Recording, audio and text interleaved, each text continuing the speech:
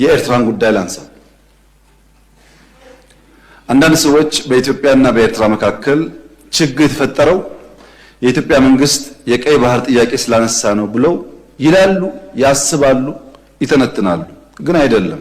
ዛሬ በተካሄደው የህዝብ ተወካዮች ምክር ቤት መደበኛ ስብሰባ ላይ ጠቅላይ ሚኒስትር አብይ አህመድ አብዛኞቻችሁ እንደምታስቡት ኢትዮጵያ ከኤርትራ ጋር የተጣላችው በቀይ ባህር ጉዳይ አይደለም ሲሉ ተደምጠዋል። ይልቁንም ትግራይ ላይ በፈጸመችው ግፍ ምክንያት ነው ብለዋል። ጤና ይስጥልኝ አድማጭ ተመልካቾች፣ ኢትዮ ሪፖርቶች ነን። ከዚህ በማስከተል ጠቅላይ ሚኒስትሩ በኤርትራ ጉዳይ ላይ የሰጡትን ምላሽ በምስል እንከታተል። የኤርትራን ጉዳይ ላንሳ።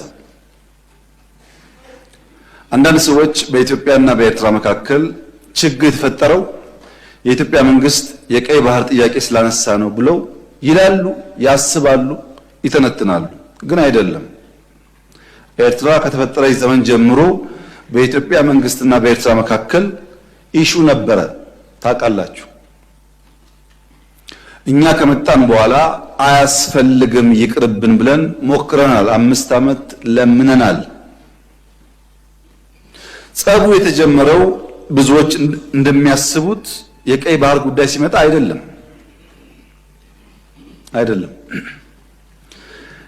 በትግራይ ውጊያ ሲጀመር የመጀመሪያው ዙር ውጊያ ሽሬ ካስለቀቅን በኋላ የኤርትራ ጦር ከኋላ ኋላ ተከትሎ ሽሬ ገብቶ የአንዳንድ ሰዎችን ግለሰቦች ቤት ማፍረስ፣ ፎቅ ማፍረስ ሲጀምር ጸብ ተጀምሯል። አልተናገርንም እንጂ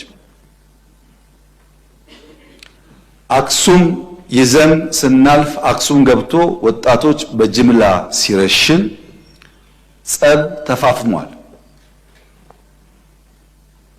አድዋን ይዘን ስናልፍ አድዋ ሄዶ ፋብሪካዎች ሲፈታታ ሲሰርቅ ጸብ ተጋግሏል። አዲግራት ደርሰን የመድኃኒት ፋብሪካውን የሚነቀለውን ነቅለው የማይነቀለውን ሲያፈራርሱ ጸቡ ጫፍ ደርሷል። ግን የኢትዮጵያ መንግስት ያኔ በዚህም ለመዋጋት ብቃት አልነበረው። ውስን ኃይል ነበረ።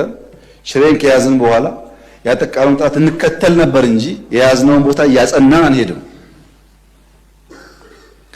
ይህ ጉዳይ የተከበረው ምክር ቤት ለዛሬ ዋጋ የለውም። ለታሪክ ማንሳት የምንፈልገው ጉዳይ አክሱም ወጣቶች ሲገደሉ፣ አድዋ ሲዘረፍ፣ አዲግራት ሲዘረፍ በርካታ ኢንቮይ ወደ ኤርትራ ልክ ያለው የላኳቸው ሰዎች ገሚሱ አሁን ከኛ ጋር የሉም።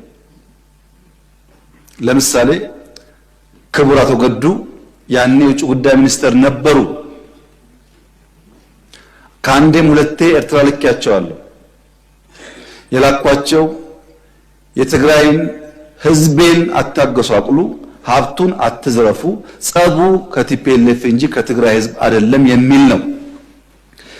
አቶ ገዱ አሁን እኛ ጋር የሉም፣ ግን ክር አላቸው፣ ህሊና አላቸው። ዛሬ ቢደብቁ በታሪክ ውስጥ ይወጣል።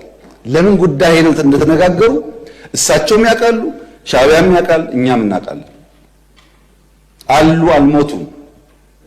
እሳቸው አክሰስ ይደረጋሉ፣ ሊናገሩ ይችላሉ። ለክራቸው ሲሉ፣ ለእምነታቸው ሲሉ ማለት ነው። ለምን ጉዳይ እንደሄዱ በእሳቸው መፈታት ሲያቅተው አቶ ደመቀ ልክ ያለው አቶ ደመቀ አሁን እኛ ጋር የሉም። በህይወት ስላሉ ለእምነታቸው ለሌላቸው ሊጠየቁ ይችላሉ። ለምን ጉዳይ እንደሄዱ ያውቃሉ። ከነሱም ውጭ አሁን ሲስተም ውስጥ ያሉ 2-3 ሰዎች ልክ ያሉ። ታስታውሱ ከሆነ መቀሌ ልንገባ ጥቂት ሲቀረን የ3 ቀን አልቲማተም ብለን አውጀን ነበር። ብዙ ሰው ሚስጥሩ አልገባው። የቸገረን እኛ ሽሬን ስለቅ ከኋላ ይገባሉ፣ አክሱም ስለቅ ከኋላ ይገባሉ።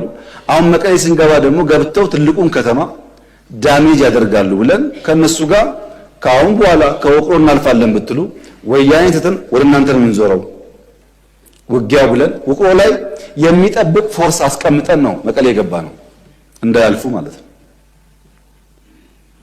ይሄ ጸብ ተፋፍሞ ሄዶ የፕሪቶሪያ ስምምነት ሲፈረም እንዴት ቲፒኤልኤፍ ሳይጠፋ እንዴት ትግራይ ሳይወድም ፊርማ ይደረጋል በሚል ነው የመጨረሻ ጫፍ የደረሰው ጸቡ።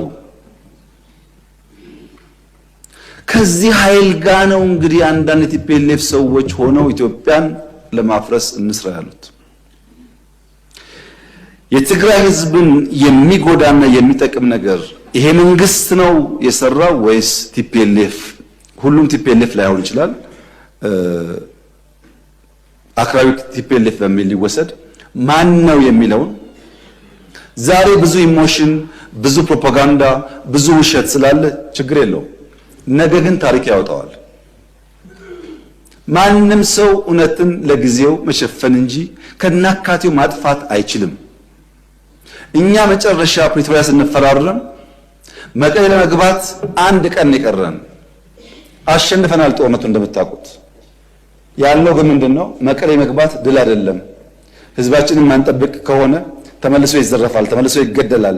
ያ ከሚሆን ሰላም ይሻላል፣ የኛው ህዝብ ነው ከሚጎዳብን ይቅርብን ብለን የወሰነው።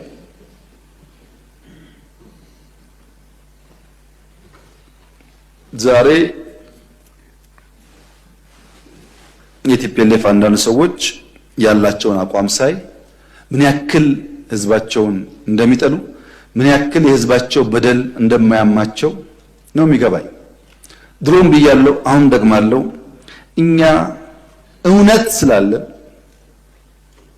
በቅንነት ለህዝባችን ማገልገል ስለምንፈልግ ቲፎዞ ባይጮህ፣ ሶሻል ሚዲያው ባይጮህ፣ አክቲቪስቱ ባይጮህ፣ እውነተኛው ፈራጅ ግን ስለሚያይ ማንም አያሸንፈንም። ማንም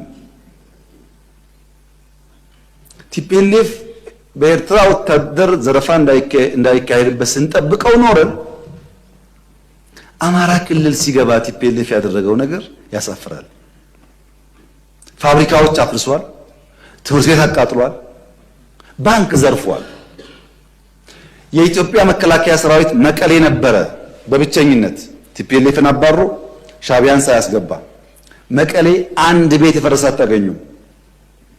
አንድ ቤት። ቲፒኤልኤፍስ ቢሆን አማራ ክልል መጥቶ እንደዛ አይነት ነገር ማድረግ ነገ ለሚቀየር ታሪክ አስፈላጊ ነበር?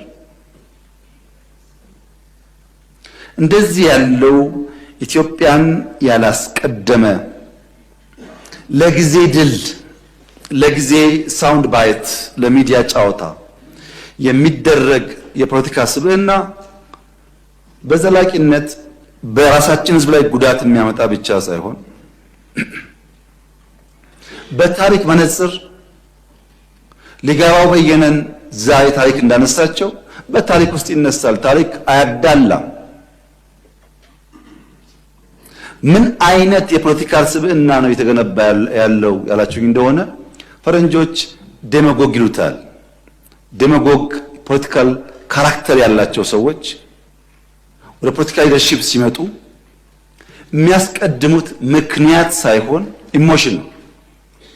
ለምሳሌ የወልቃይትን ጉዳይ እንዴት እንደምንፈታ በህገ መንግስት አግባብ ብለን ከተስማማን በስተቀር ከተስማማን በኋላ ወልቃይት ካልተመለሰ ተስማምቶ ተፈርመዋል እኮ። ይሄ ዴማጎግ ነው። በትንሽ ስሜት ህዝብን ለመቀስቀስ የሚደረግ ነገር ማለት ነው። ዴማጎገሪ ቀላል መፍትሄ ነው የሚፈልገው፣ ዘላቂ መፍትሄ ላይ አያተኩርም። ቀላል መፍትሄ መፈክር፣ በመፈክር ለውጥ ይመጣ ኖሮ ባለፉት 50 ዓመታት እንደ ኢትዮጵያ መፈክር አውጪ እኮ አልነበረም። በመፈክር አይደለም ለውጥ የሚመጣው። ይሄ ዴማጎገሪ ነው፣ አደገኛ ነገር ነው። ተቋም ማፍረስ፣ ከፋፋይ ሐሳቦች፣ ትረስት ማጥፋት የመሳሰሉ የዴማጎግ ካራክተር ያላቸው ፖለቲካል ፐርሰኔል የሚከተሉት መንገድ ነው ኢትዮጵያ ውስጥ ያለውን ጉዳይ እያፋፋመ ያለው። በዘላቂነት ድል ያመጣሉ ወይ? በፍጹም። ለምን? ፕራግማቲስት አይደሉም። ፕራግማቲስት ማለት በየቀኑ ያለችውን እድል በመልካምነት የሚጠቀም ማለት ነው። ለምሳሌ ቅድም አንድ ወንድሜ ሲያነሱ የሚሰራው ቤት ለሀብታም ብቻ ነው አሉ። እኔ ያዋሪ የሰራሁት ለሀብታም ነው። ይሄ ዴማጎግ ነው። እፍታ መውሰድ ነው። ፋክት አይደለም። መጥፎ ባህሪ ነው። ባይዘው ፋክትን እውነትን ዲናይ ማለት ጥሩ አይደለም።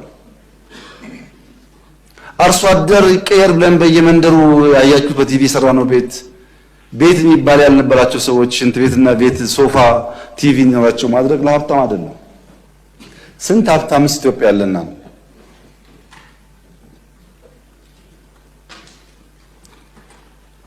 እንደዚህ ያለው የፖለቲካ ሂደት ኢትዮጵያ ውስጥ ጉዳት እያመጣ ነው።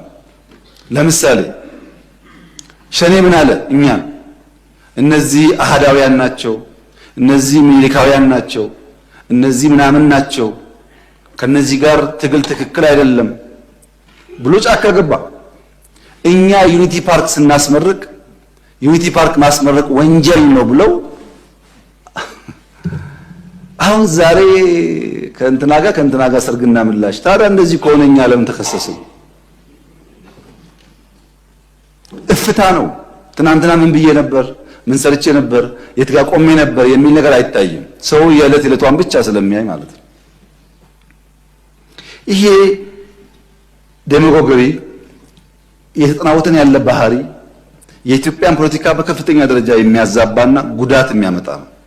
ውድ የኢትዮ ሪፖርት ተከታታዮች በዛሬው የጠቅላይ ሚኒስትሩ የሕዝብ ተወካዮች ቆይታ ዙሪያ ተከታታይ መረጃዎች ይኖሩናል። መረጃዎቹ ለሌሎችም እንዲደርስ ላይክ፣ ሼር እና ሰብስክራይብ አድርጉን። ደግመን በቀጣይ መረጃ እስከምንገናኝ ጤና ይስጥልኝ፣ ቸር ያሰማን።